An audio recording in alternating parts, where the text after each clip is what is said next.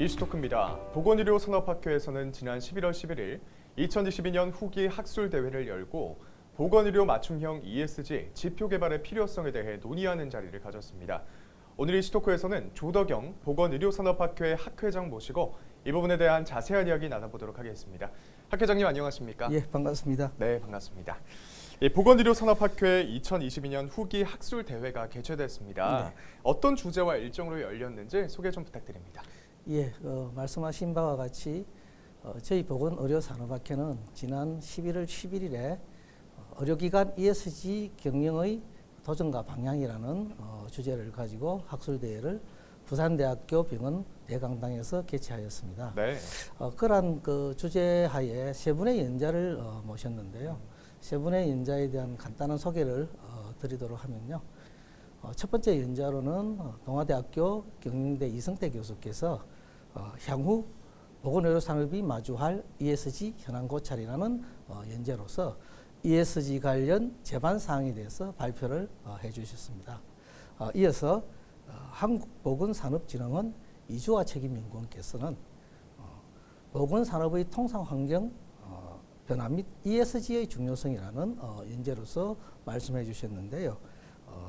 주요 내용은 ESG 관련 주요국의 정책 대응 현황과 우리나라 보건산업에 미치는 영향에 대해서 언급해 주셨습니다. 네. 마지막으로 고려대학교 의료원 사회공헌사업팀 김성만 팀장께서는 의료기관과 스타트업의 스마트한 ESG 경영이라는 연재를 말씀해 주셨는데요. 네. 동 내용에서는 스마트한 기업은 ESG를 충분히 활용하여 상생을 통해 기업의 성장을 지속하려 한다고 강조를 하였습니다. 네.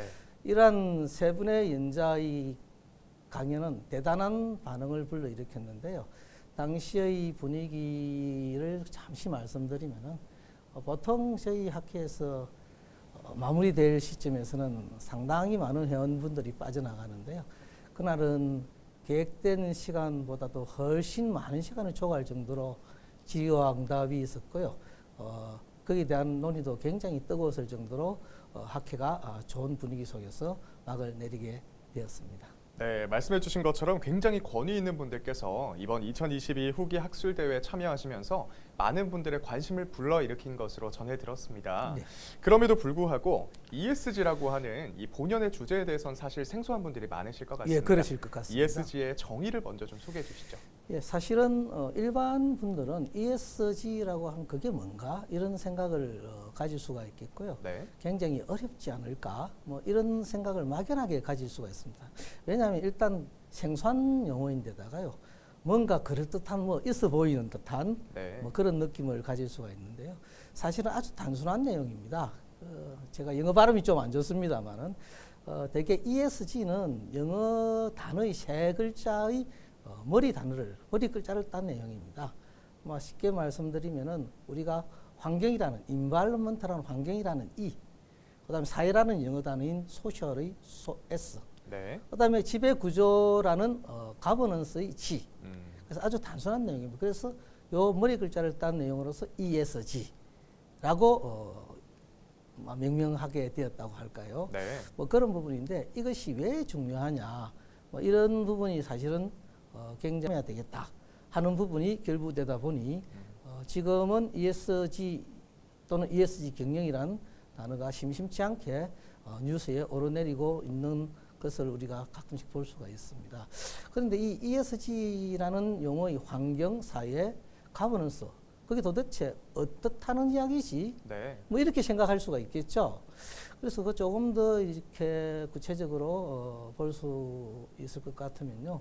환경에 해당되는 E의 경우에는 대개 기업의 경영 활동에서는 부득이하게 결국은 유해 물질이라든지 또는 산업 폐기물 이와 같은 그 환경에 영향을 미치는 많은 요인들이 발생하고 있습니다. 네. 그래서 그러한 환경에 문제를 일으키는 많은 요인들을 포함시켜서 기업의 경영에 힘을 쓰자 하는 부분이 환경 부분인데요. 특히 최근에는 기후 변화와 관련된 탄소 중립 많이 이제 언급되고 있죠. 네. 탄소 중립이라든지 재생에너지 사용 이러한 부분들도 이의 영역에서 중요한 요소로 부각되고 있다고 볼 수가 있겠습니다. 그 다음으로는 사회의 영역인데요. 사회 영역은 일반인 분들이 조금 어렵게 생각할 수도 있는데 실제적으로는 사회라는 부분에 기업이 바라보는 부분은 기업에서 가장 소규모의 사회적인 부분은 임원과 직원입니다. 네. 그래서 임직원 조금 더 확대를 시키면은 고객, 또 나아가서 협력업체, 더 나아가서 지역사회, 이러한 그 기관에 대한 기업의 권리와 의무 또는 책임, 네. 이런 부분들을 사회라는 부분에서 기업이 책임져야 할 요소다라고 언급할 수가 있고요. 나아가서 최근에는 우리 인권 문제라든지 또는 안전이라든지 보건 문제가 굉장히 이슈가 되고 있지 않습니까? 이런 부분까지도 기업이 부담해야 될 사회적 책임이다라고 지금 언급되고 있다고 볼 수가 있겠습니다. 네. 마지막으로 우리가 지배 구조에 대해서는요, 사실은 언급하기가 좀 쉬운 문제는 아닙니다. 특히 네. 우리나라에서는 이 우리나라의 경우에는 이 투명성 문제가 여전히 많이 언급되고 있습니다. 네.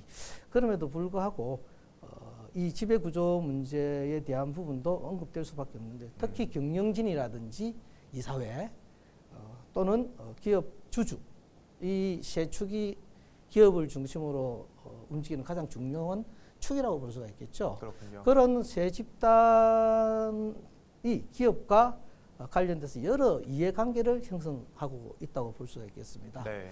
윤리 경영이라든지 그를 위해서 감사기구를 어떤 방식으로 설치할 것인가, 이런 문제들이 주요 지배구조의 내용으로 담고 있다고 보시면 좋을 것 같습니다. 그래서 ESG 경영은 결국은 다시 말씀드리면 환경과 사회, 기업의 사회적 책임, 그다음에 정직하고 투명한 경영, 이 세 가지 축을 가지고 기업 경영에 임해라 하는 의미를 가진다고 볼 수가 있겠습니다. 네, ESG 경영의 확산 배경과 중요성에 대해서도 한번 말씀해 주시죠. 예, ESG 경영 확산 배경은 2006년 UN 책임 투자 원칙이라는 소위 UNPRI라는 내용이 발표되면서 확산되었는데요. 네. 동 내용은 당시 사무총장이던 코피 아난 총장께서 전 세계 투자기관들에게 그들의 장기적인 이익 향상을 도모하기 위해서는 ESG 이슈 문제를 그들의 투자 결정 요인으로 반영할 것을 촉구하는 원칙이라고 할 수 있습니다. 이 이후 ESG는 급격하게 확산되었고요. 그 이후 2020년에 주요한 사건이 벌어졌는데요. 우리에게도 많이 알려진 블랙록이라는 세계 최대의 운용사가 있습니다. 그 운용사의 레리 핑커 회장이 ESG 평가 등급을 기업 투자의 판단 근거로 삼겠다. 네. 이런 내용을 천명하면서부터 ESG에 대한 중요성이 굉장히 확산되었다고 볼 수가 있고요. 지금은 ESG 경영이 전 세계적인 트렌드로 확산되고 있는데요.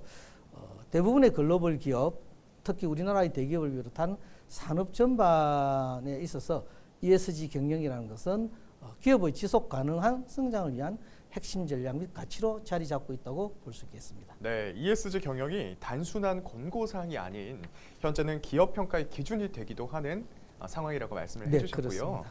이렇게 세계적으로 ESG 경영의 중요성이 강조되고 있는 상황 속에서 국내에선 좀 어떤 방향으로 흐르고 있습니까? 예, 국내에서는 아무래도 그 선진국보다는 조금 늦은 감이 있습니다만은 늦음에도 불구하고 지금 국내에서는 굉장히 핫한 상황으로 지금 진행되고 있다고 말씀드리겠습니다. 간단히 말씀드리면은 ESG 논의가 굉장한 속도로 확산되는데 그 근저에는 국가가 주도를 하고 있는 그런 입장이기 때문에 그렇다고 볼 수가 있겠습니다. 특히 연기금 등의 투자 부분에서 ESG 부분을 고려해서 투자를 확대한다라든지, 특히 국가는 ESG 법안을 마련하는데 골몰을 하고 있다라든지, 그다음에 ESG 관련 기업의 정보 공개 등을 요구하고 있는 제도화의 문제가 활발하게 전개되고 있습니다. 이에 답하듯이 ESG가 지금 민간 기관에서도 협회나 단체 차원의 나중에 언급하겠습니다. 민간 이니셔티브가 결성되어서 소위 가이드라인을 형성하는 그런 단체라고 보시면 되겠습니다. 그런 부분들에서 대단한 활성화가 이루어지고 있다고 볼 수 있겠습니다. 네, ESG 경영에 굉장히 우리 국내에서도 모두 중요성을 느끼고 도입에 노력을 하고 있는 상황이라고 정리를 할 수 있겠군요. 예. 그렇다면 보건 의료 산업에서도 ESG가 어떻게 진행되고 있는지 현황과 도입 사례에 대해서도 소개를 좀 부탁드립니다. 예, 사실은 보건의료 산업은 타 산업에 비해서 굉장히 독특한 산업이라고 볼 수가 있고요. 그렇기 때문에 타 산업에 비해서 굉장히 경영 부분은 좀 느리게 움직인다고 봐도 과언이 아닙니다. 네. 그렇기 때문에 여전히 ESG에 대한 인식이 대단히 미흡한 상황에 있다고 보시면 되겠고요. 그럼에도 불구하고 일부 몇몇 선도 병원들이 ESG 경영 활동을 위해서 다양한 추진 과제를 설정하고 실천하고는 있긴 합니다만은 아직까지는 여전히 걸음마 단계에 불과하다라고 볼 수가 있겠습니다. 간단히 뭐 몇 가지를 말씀드리면요, 이 애들도 결국은 ESG 개념이 나오기 전에도 이미 실천되고 있었던 사항인데요. 예를 든다면 의료 폐기물 줄이기라든지, 뭐 또는 식당 잔반 줄이기, 또는 어려운 환자를 위한 의료비 경감, 뭐 이런 것들을 해왔었는데 이 부분도 결국 ESG 활동의 일환이라고 보시면 되겠습니다. 네, 의료 보건 산업에서도 굉장히 ESG가 중요하게 다뤄지는 상황이라고 볼 수 있겠네요. 네, 그렇습니다. 네, 국내에서 ESG가 도입되는 노력과 함께 반드시 꼭 체크를 해봐야 할 것이 ESG의 평가 기준 네. 그리고 절차에 대해서도 확립이 돼야 되는 것 같습니다. 이에 대해서도 한 말씀 부탁드립니다. 가장 어렵고 이 복잡한 문제가 이 ESG 평가 기준과 절차에 관련된 문제인데요. 조금 전에 제가 말씀드린 ESG 이니셔티브라는 단어를 말씀드렸는데요. 평가 기준과 절차를 논하기에 앞서 요 용어를 명확하게 알게 되면은 ESG에 대한 내용을 확연하게 알 수 있을 것으로 생각합니다. ESG 이니셔티브라는 부분은 ESG와 관련된 주제를 선정하고 거기에 대한 다양한 논의를 한 다음 그 상황에 대해서 실천 방안을 만드는 협의체라고 할 수가 있는데요. 그러한 협의체는 일종의 가이드라인 역할을 하는데요. 대표적인 기관으로서 유엔 산하 기관인 유넵이라는 단체가 있습니다. 즉 유엔 환경계획이라고 말씀드릴 수 있는데 환경계획이나 세계적으로 유명한 그 지속가능 보고서에 대한 가이드라인을 제시하는 GRI라는 연구기관이 있고요. 그다음에 지속가능성 회계기준위원회라는 요 세 개 단체가 가장 대표적인 이니셔티브인데요. 현재 전 세계적으로는 GRI 스탠다드라는 용어를 사용하고 있는데 GRI에서 만드는 ESG 이니셔티브가 약 전 세계적으로 70 내지 80% 이상 사용되고 있습니다. 근데 문제는 이렇게 만들어진 가이드라인을 가지고 평가기관이 결국 평가를 하게 되어 있는데요. 네. 문제는 이러한 가이드라인에 대한 평가지표 선정과 점수하는 평가기관의 몫입니다.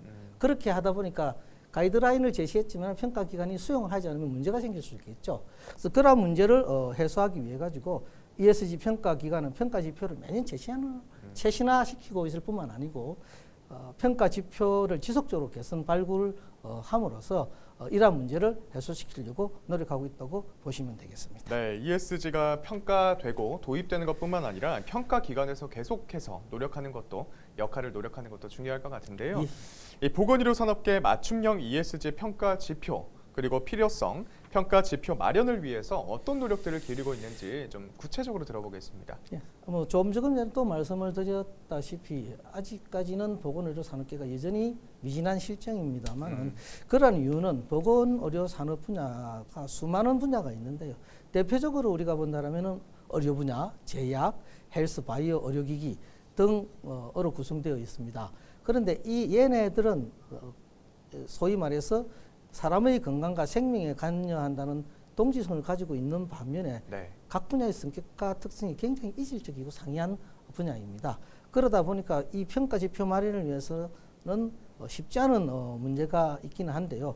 특히 이런 사람의 생명을 관장한다는 부분에 있어서는 평가 지표 마련을 위해서는 다른 기업과는 달리 특별한 사회적 합의가 필요한 부분이 사전에 예시가 돼야 된다고 봅니다. 네. 그래서 그러한 선정 평가 지표는 보다 치밀하고 엄격해야 할 필요성이 있다고 하겠습니다. 네, 말씀해 주신 것처럼 더욱더 역할이 계속해서 중요하게 대두되고 있는 상황, 이런 상황 속에서 국내 기업은 현재 ESG 정보 공시가 의무화되어 있는 상태라고 들었습니다. 법률적으로는 해결된 상태라고 볼 수도 있을 텐데요. 그런데 보건의료 산업계에서는 특히 이 부분에 대해서 어떻게 진행되고 있는지 좀 여쭙고 싶습니다. 뭐 여전히 ESG 시스템을 받아들이는 속도가 느리기 때문에 타 일반 기업이 진행하는 수준에 비해서는 여전히 열악한 상태에 있는 것은 틀림없는 사실입니다. 그런데 코비드-19 이후로 환경이 좀 바뀌었는데요. 코비드-19가 발생하면서 소비자 커뮤니티 정부기관들이 소위 말하는 환경, 문제에 관심을 가지고 바이러스라든지 이런 환경 문제에 대단한 관심을 가지게 되다 보니 의료기관들도 이러한 기대로 인해서 ESG 관련 자료를 수집하고 공개하기 위한 방안 마련에 모색을 열심히 하고 있는 중입니다. 특히 우리나라의 경우에는 제약업을 중심으로 한미약품이 최초로 지속가능 보고서를 발간하였는데요. 네. 여기에는 경제적, 사회적, 환경적 가치의 창출 목표와 성과를 수록하고 있다고 볼 수 있겠고요. 병원 중에서는 고려대 의료원이 국내 기관 최초로 ESG 지속가능 경영 보고서 발간을 계획하고 있는 정도로 여전히 갈 길이 먼 상황입니다. 네, 그렇군요. 보건의료산업학회 내에서는 학회 내 보건의료 ESG 위원회를 설치했죠. 네. 그리고 본격적인 연구 활동에 들어갈 예정이다라고 밝히기도 했는데요. 예. 보건의료 ESG 위원회의 앞으로의 활동 계획 좀 밝혀주시면 좋겠습니다. 예, 조금 전에 언급해 드렸습니다만은 보건의료 분야에 있어서의 맞춤형 이니셔티브와 평가 지표는 여전히 요원한 입장이라고 할 수가 있겠는데요. 네. 그렇다고 해서 여타 산업에 아주 최적화된 ES 기준이 아무리 좋다 한들 보건의료 산업계의 특성을 반영할 수가 없기 때문에 어느 정도 대입하는 것은 현실적으로 무리라고 볼 수가 있겠습니다. 그래서 이러한 상황에서 저희 학계에서는 보건의료 분야의 특성과 현실을 반영한 이니셔티브 평가 지표의 필요성을 학계 차원에서 논의를 하게 되었고요. 이것에 대한 연구를 시작하기 위해서 저희 학회 내 ESG 위원회를 설치하게 되었습니다. 주요한 내용으로는 특히 의료기관을 위한 ESG 이니셔티브에 관한 제언이라든지요, 의료기관 ESG 평가 기준의 타당성 또는 적합성, 개선과 발전 방향 등과 관련된 연구와 교육에 중점을 두고 학회 위원회 활동을 진행할 생각입니다. 네, 그렇군요. 앞으로의 활동 기대가 됩니다.